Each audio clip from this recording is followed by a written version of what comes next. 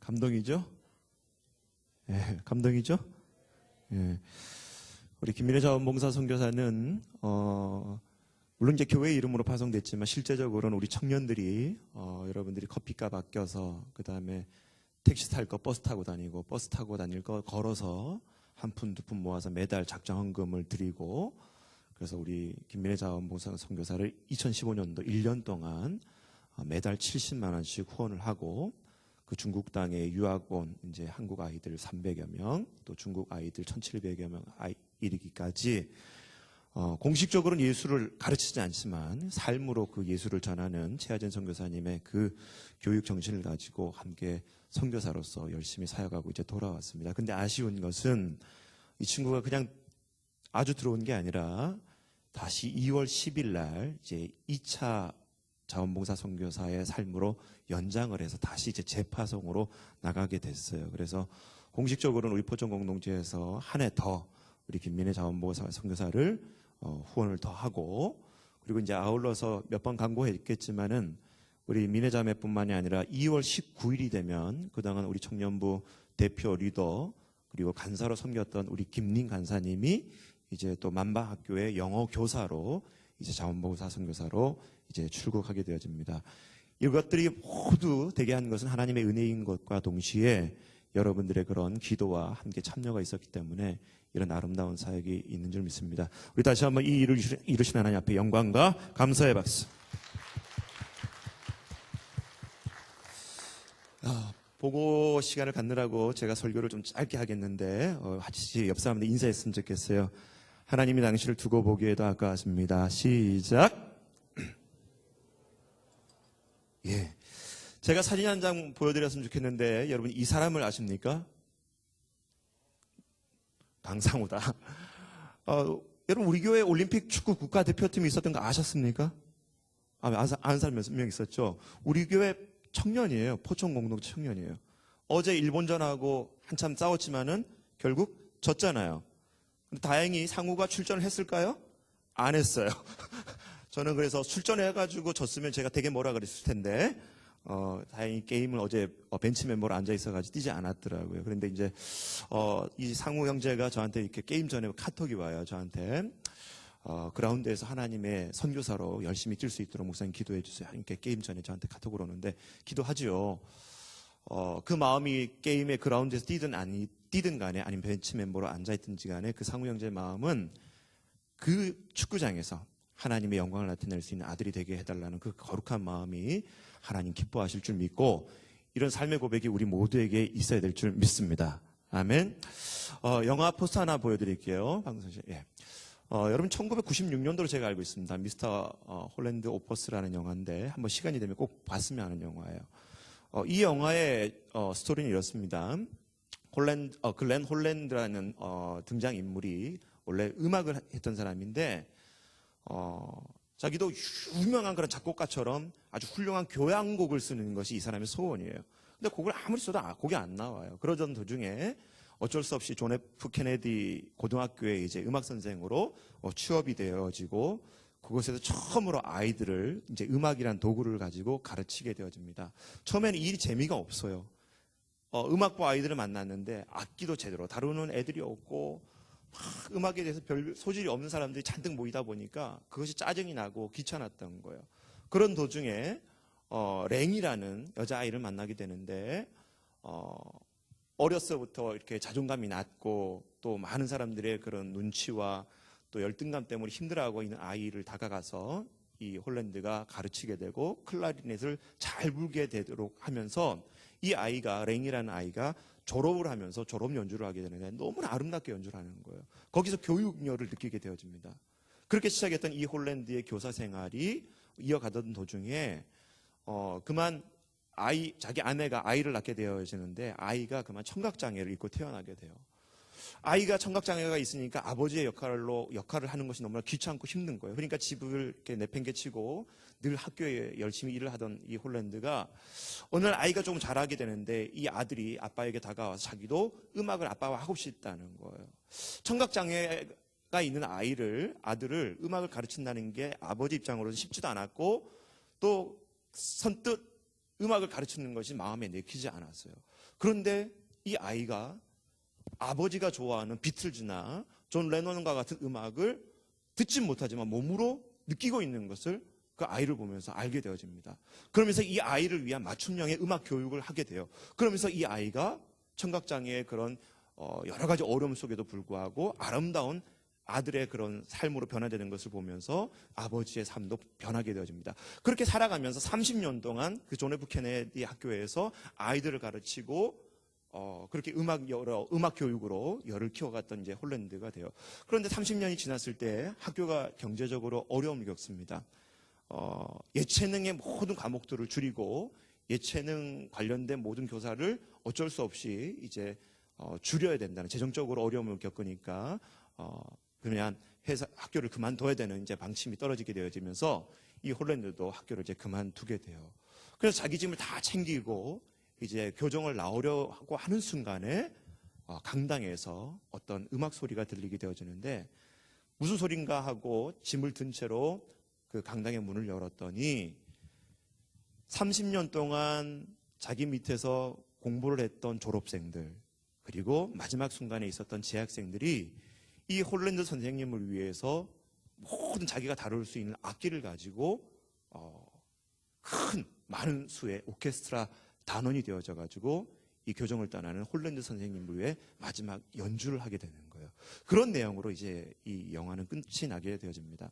그러면서 30년 전에 랭이라는 클라리넷을 잘 부지 못했고 그러다가 겨우겨우 그 홀랜드 선생님의 도움을 통해서 졸업 연주를 근사하게 했던 이 랭이 나중에 주지사가 되어져 가지고 이 교정을 떠나는 홀랜드 선생님을 맞이하면서 그 졸업 오케스트라 멤버에 함께 앉아 있는 거예요.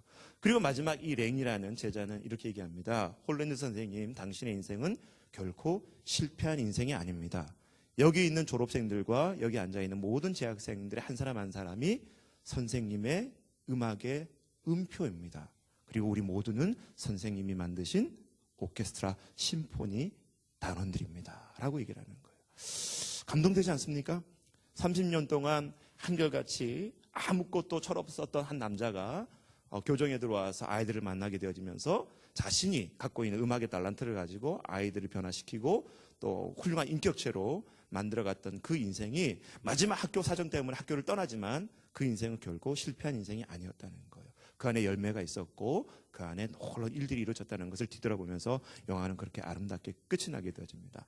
우리 미네자매도 좀 전에 1년 동안 지나온 삶을 뒤돌아봤지만 뿌린 씨앗이 분명히 있어요. 그리고 하나님께서 그것을 반드시 열매 맺게 할 줄 믿습니다. 여러분, 홀랜드라는 제가 영화를 얘기했지만은 우리가 성경에 나오고 있는 인물 중에 사도 바울의 인생을 한번 영화로 한번 이렇게 스크립을 했으면 좋겠어요. 길리기아 다소라는 헬라 지역에서 태어나게 되어집니다.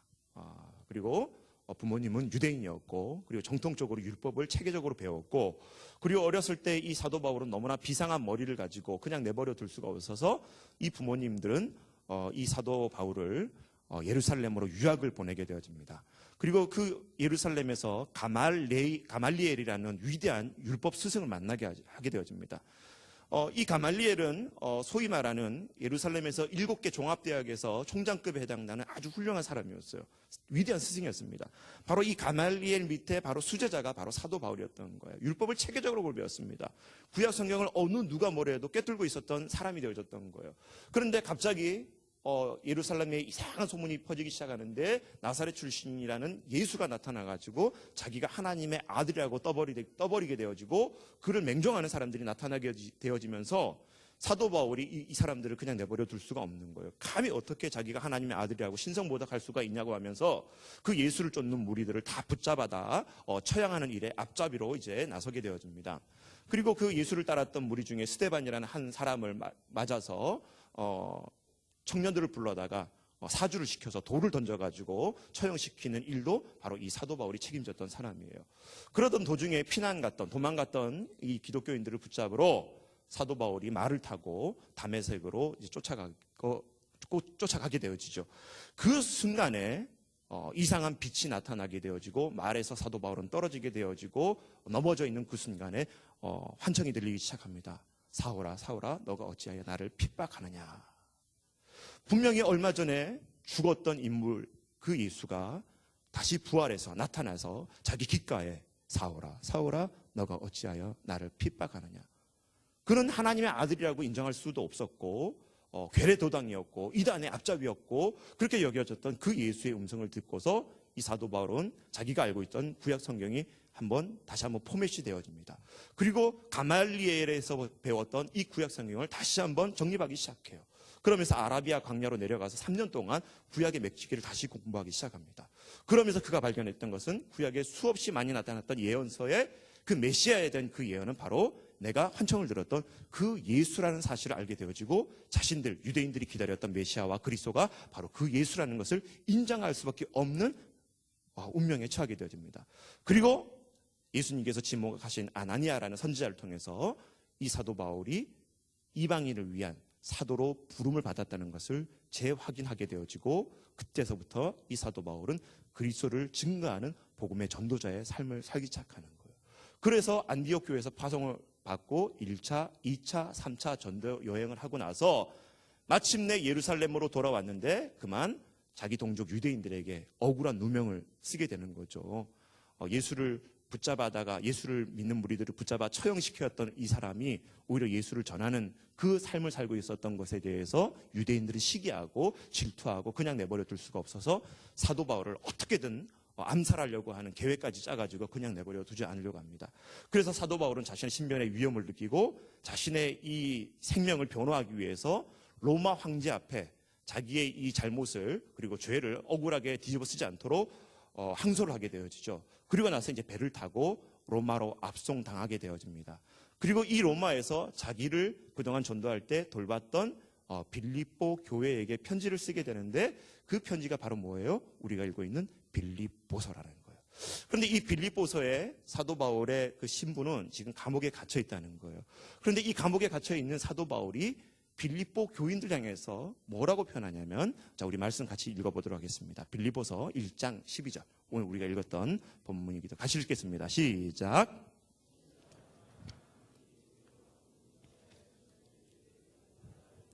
자 천천히 여러분 다시 한번 읽어볼게요. 시작. 형제들아 내가 당한 일이 도리어 복음 전파의 진전이 된 줄을 너희가 알기를 원하노라. 사도 바울은 지금 감옥에 갇혀 있는 신세예요. 그리고 자기를 후원했던 교회에게 내가 감옥에 갇혀 있지만 너희들 걱정하지 마라.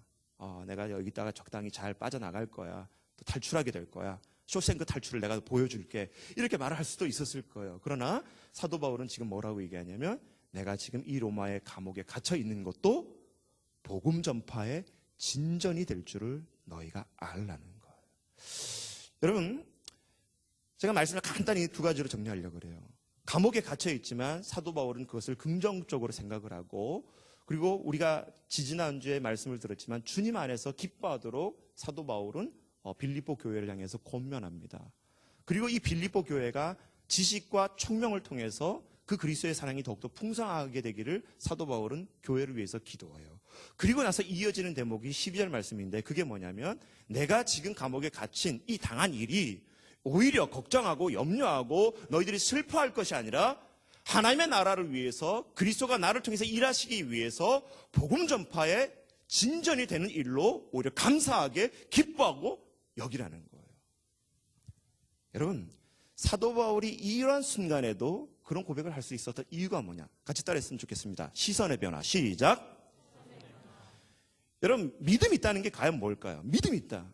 저는 다른 것보다는 바로 내 눈앞에 보여지는 세상 그리고 내 눈앞에 있는 사람 그리고 내가 처한 환경을 하나님의 눈으로 보는 것이 믿음인 줄 믿습니다. 믿음이 있다고 말하면서 눈에 보이는 것을 내 감정대로 내 생각대로 보는 것이 믿음이 아니라는 거예요. 사도 바울은 아나니아 선지자를 만나가지고 예수님께서 그를 이방인의 사도로 불렀다는 그 소명을 듣고서 1차, 2차, 3차 전도여행을 끝내고 지금 이 순간에 자신이 로마 감옥에 갇혀 있는 그 순간에도 그 시선을 잃어버리지 않았다는 거예요. 감옥에 갇혀 있으면 여러분 불평할 수 있잖아요. 원망할 수 있잖아요. 슬퍼하고 여러분 겁이 날 수도 있지만 사도 바울은 오히려 이 일이 하나님의 나라를 이루는 그리고 그리스도가 증거되는 그 일에 진전이 되도록 오히려 나를 매이게 했다는 그 믿음의 시선을 가지고 고백하고 있다는 거예요. 여러분 이런 은혜가 우리 모두에게 있기를 주의 이름으로 축원합니다. 그래서 사도 바울이 여러분 사도행전 20장 24절에 유명한 그런 설교를 에베소 장로들에게 하게 되는데 방송실 띄워줄까요? 자, 같이 읽겠습니다. 시작. 내가 달려갈 길과 주 예수께 받은 사명 곧 하나님의 은혜의 복음을 증언하는 일을 마치려 하면은 나의 생명조차 조금도 귀한 것으로 여기지 아니하노라. 아멘. 사도 바울은 자신이 이방인의 사도로 분명히 부름을 받았고, 그래서 하나님이 자기를 불렀다면 지금 내가 감옥에 있든 아니면 말을 타고 길을 가든 내가 어느 곳에 있든지 간에 그 삶이 하나님의 일을 이루는 그 순간의 삶이라는 것을 한 번도 망각하지 않았다는 거예요. 사랑하는 청년 여러분, 하나님이 저와 여러분을 예정하시고 선택하고 부르심을 정말 믿습니까?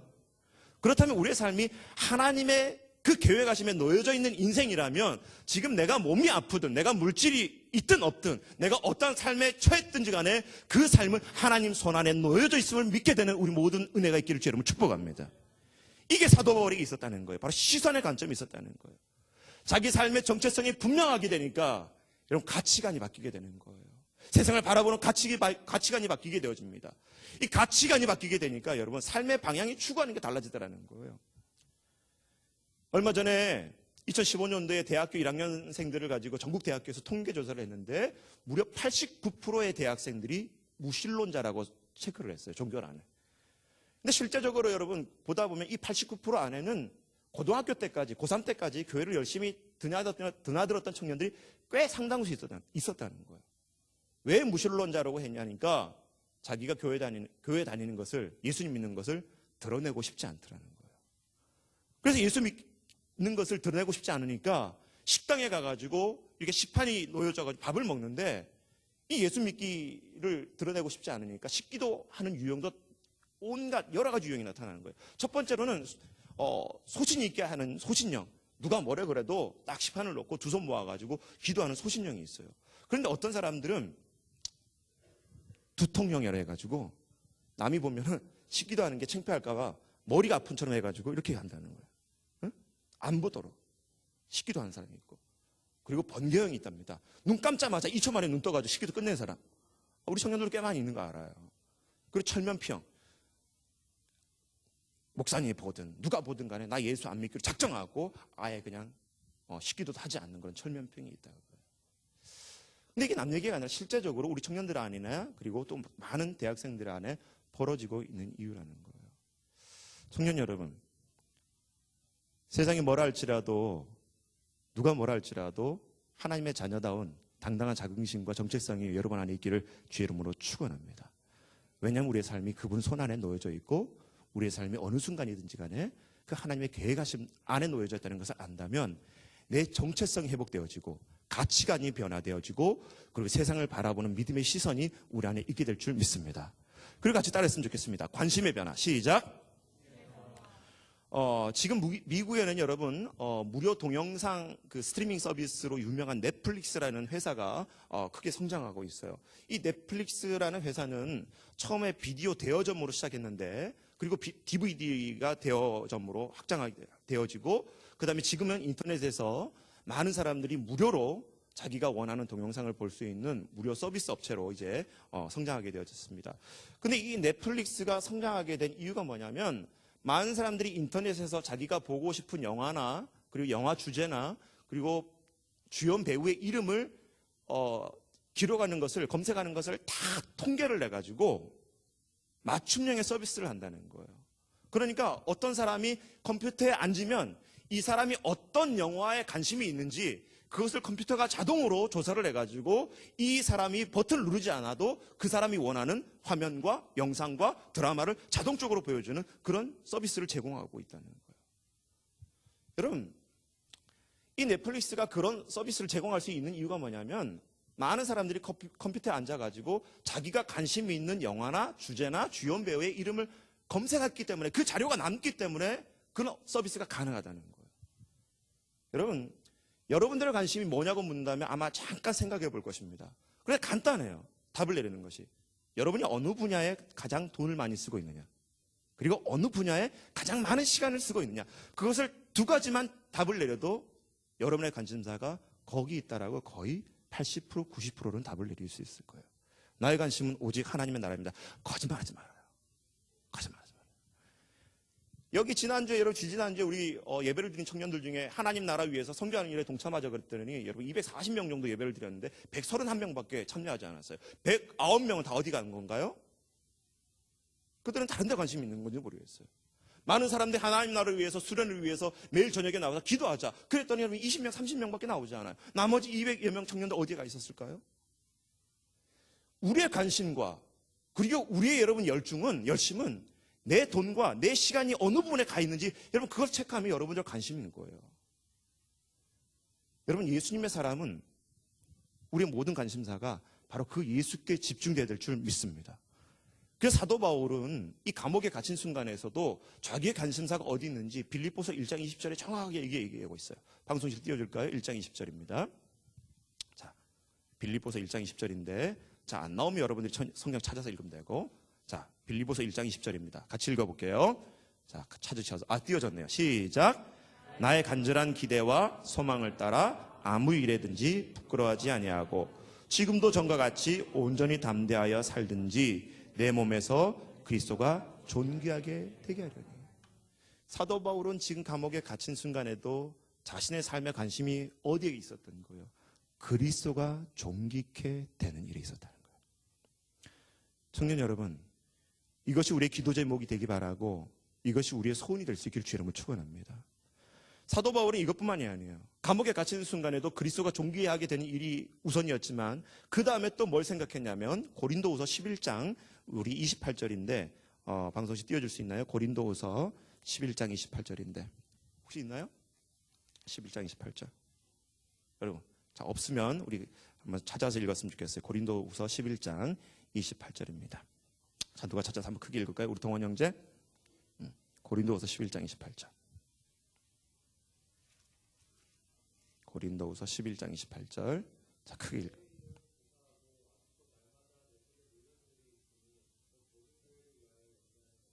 자 뭐라 그랬냐면 사도 바울이 수많은 복음을 전하는 어려움을 겪고 이렇게 고백하면서 28절에 보다 보면 자기 마음속에 눌린 게 있다는 거예요.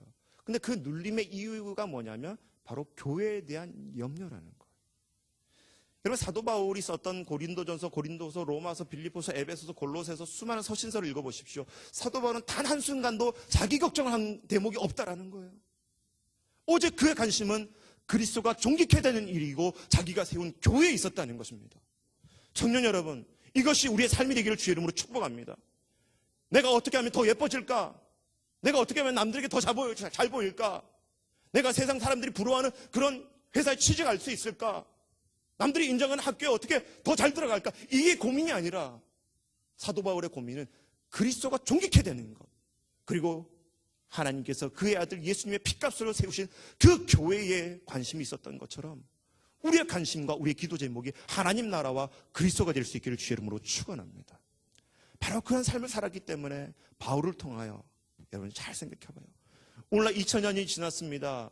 예루살렘의 작은 변화의 물결이 여러분 사도 바울을 통해서 유럽에 복음이 들어가게 되어지고 사도 바울의 발걸음을 강제로 성령님께서 이끌으셔서 가기 싫어했었던 그 유럽의 빌립보라는 첫 성에 들어가게 하면서 그 빌립보 안에 루디아라는 여자를 만나게 하면서 유럽의 최초의 교회가 빌립보 교회가 그렇게 세워졌던 거예요.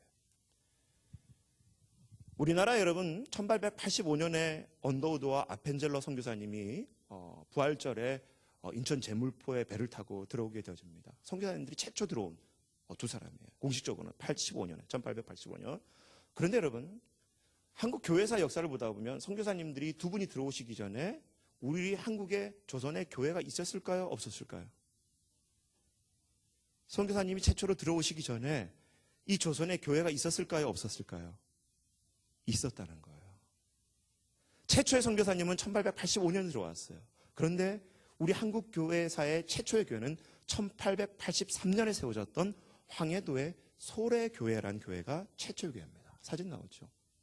이 교회는 황해도에 살고 있었던 서상륜이라는 인삼을 장사하는 사람이 중국 산동에 이 인삼을 팔러 갔다가 그곳에서 존 로스라는 선교사를 만나게 되어져요. 여차저차 해가지고 존 로스가 조선 사람들을 위한 성경을 번역하기 위해서 이 서상윤의 도움을 받아가지고 성경을 그 중국에서 한국말로 번역해요. 한자 성경을 한국말로. 그러면서 이 서상윤이 그 존 노스 선교사와 함께 번역했던 성경책을 몰래 가슴에 품고 40권을 갖고 들어오게 됩니다. 그리고 물론 빼앗겼죠. 그리고 다시 매를 맞고 다시 존 노스에 찾아가가지고 또 다시 수백 권의 성경책을 몰래 갖고 들어와가지고 자기 동네 주변으로 성경책을 몰래 나눠주기 시작하는 거예요.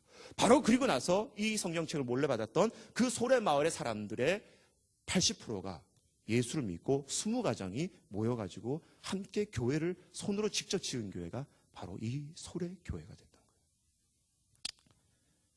한 사람이 말씀으로 변화되어지고 그 마을에 복음화가 이루어지고 교회가 세워지고 그리고 130여 년이 지났을 때에 이 한반도 땅에 여러분 1300만 명이나 넘는 그리스도인이 생길 수 있었던 것, 그 서상윤의 삶도 그렇고 사도 바울의 삶도 그렇고 오늘 선교 보고한 우리 김민혜 자원봉사의 삶도 그렇고 이 자리에 모인 모든 청년들의 삶이 하나님을 위한 그 목적과 계획 아래에 있는 삶이라는 것을 잊지 않게 되기를 주의 이름으로 축원합니다. 우리의 시선이 바뀌어지기를 주의 이름으로 축원합니다. 우리의 관심이 달라지기를 주의 이름으로 축원합니다. 그래서 저와 여러분을 통해서 우리 안에 착한 일을 이루실 하나님을 날마다 감격하고 찬송하고 예배하는 우리 모두가 될 수 있기를 주의 이름으로 축원합니다. 기도하겠습니다.